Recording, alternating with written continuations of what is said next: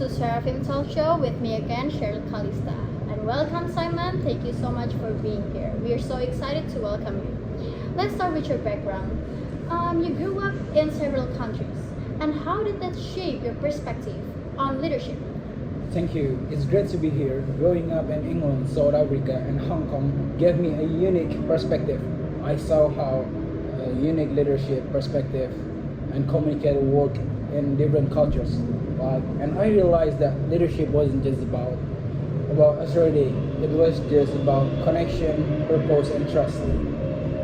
Okay, I see. That's so interesting, Simon. So you went on study law in university, but then you switched to advertising. What made you pivot? It's a pretty big jump. You're right. It was a big shift. I was on the path to become a lawyer, but I quickly realized I wasn't passionate about it. I didn't wake up and excited about go to work, so I took a leap and moved to advertising, where I could explore how message inspire people. It was all about telling a story, which felt much more aligned with what I want to do. Okay, so and that's where your journey with communication and leadership started. What was the most important lesson that you learned while you working in advertising? The biggest lesson was that people don't buy what you do, they buy why you do it. Whether in marketing or leadership, the why is the what inspires loyalty. I noticed that companies with a clear sense of purpose, like Apple. Do you know Apple? Yeah, I know. Like Apple, for example, were far more successful at connecting with both their customer and employee. And that which brings us to famous. Talking about the famous golden circle concept, can you explain that for anyone who doesn't familiar with that? Sure. The Golden Circle is a simple framework that explains why some organizations and leaders are more inspiring than the others.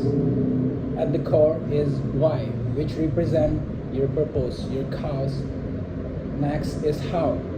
How process you use to realize the purpose, and finally what, which is the result, the products or service you offer. Most people focus on what they do, but the most inspiring leaders and organizations start with why. It's what motivates people. Okay. Wow, that's a powerful idea. So you gave a TED talk back in 2009, right? Alright. And do you know that it became one of the most watched TED talk ever? Are you sure? Yeah. Oh. Did you expect that kind of reaction? No, not at all. Not I was at just all. excited to share an idea. I was passionate about. I didn't know it will resonate with so many people, but I turned out that a lot of us are searching for meaning in our work and lives. The idea of starting with why taps into the universal need to feel purpose-driven. Okay. So purpose-driven leadership is clearly something people are hungry for. You've worked with a lot of companies and leaders since then. What's the biggest mistake you see leaders making today?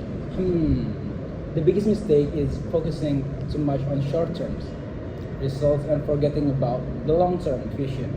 Leaders who only care about quarterly profits or hitting targets often lose sight of their why, this and customers. Leadership is about service, and leader job is to service. Yeah. Okay, that's an important shift in thinking.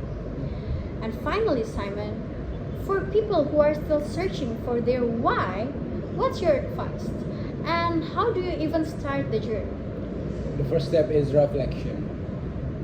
Look back at the moments in your life when you felt the most fulfilled or proud. What were you doing? Who were you helping? These moments are often connected to your why, and don't feel like you have to figure it. Well, thank you so much, Simon. And that brings us today to the end of today's show. What an incredible discussion we've had with our guest, Simon. Thank you so much for sharing your insights and experiences with all of us. Until next time, everyone. Bye.